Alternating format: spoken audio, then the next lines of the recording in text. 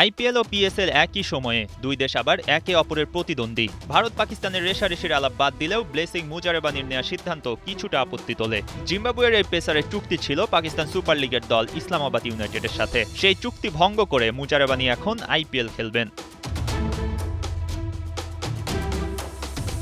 নতুন খবরটা সম্প্রতি জানা গেল, মুস্তাফিজুর রহমানের বদলি হিসেবে মুজারেবানিকে দলে ভিড়িয়েছে কলকাতা নাইট রাইডার্স। কিন্তু তিনি তো পিএসএল এ চুক্তিবদ্ধ ছিলেন। শামার জোসেফের রিপ্লেসমেন্ট হিসেবেই মুজারেবানিকে আগেই দলে নিয়েছিল ইসলামাবাদ। সেই চুক্তির তাহলে কি হলো?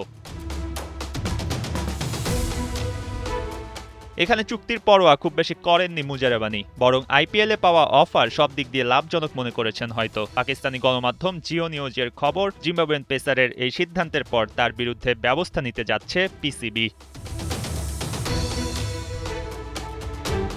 এর আগের মৌসুমে South Africa allrounder Corbin Bosch একই ঘটনা ঘটিয়েছিলেন। প্রথমে পিএসএল এর দল পেশোয়ার জালমিতে তাকে নেওয়া হলেও পরে মুম্বাই ইন্ডিয়ান্সে যোগ দেন। এরপরই পিএসএল এ করবিন বোসের এক মৌসুমের নিষেধাজ্ঞা আসে। এই নিষেধাজ্ঞা আবার আসতে পারে মুজারেবানির ক্ষেত্রেও। জিম্বাবুয়েন অলরাউন্ডার তার পারফরমেন্স দিয়ে বেশ নজর কেড়েছেন। টি-20 বিশ্বকাপেও 6 ম্যাচে শিকার করেছেন 13 উইকেট। এদিকে কলকাতা নাইট রাইডার্সেও মুস্তাফিজের রিপ্লেসমেন্ট দরকার। ফলে পিএসএল এ চুক্তি থাকা সত্ত্বেও এই জিম্বাবুয়েন পেসারের দিকে হাত বাড়িয়েছে কলকাতা। তারা জানে আইপিএল এর অফার ফিরিয়ে দেয়া কিছুটা কঠিন তো বটেই।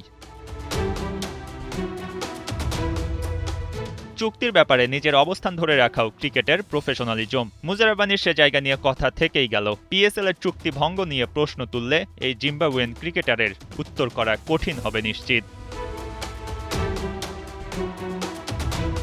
মঈন হাসান, ৭১।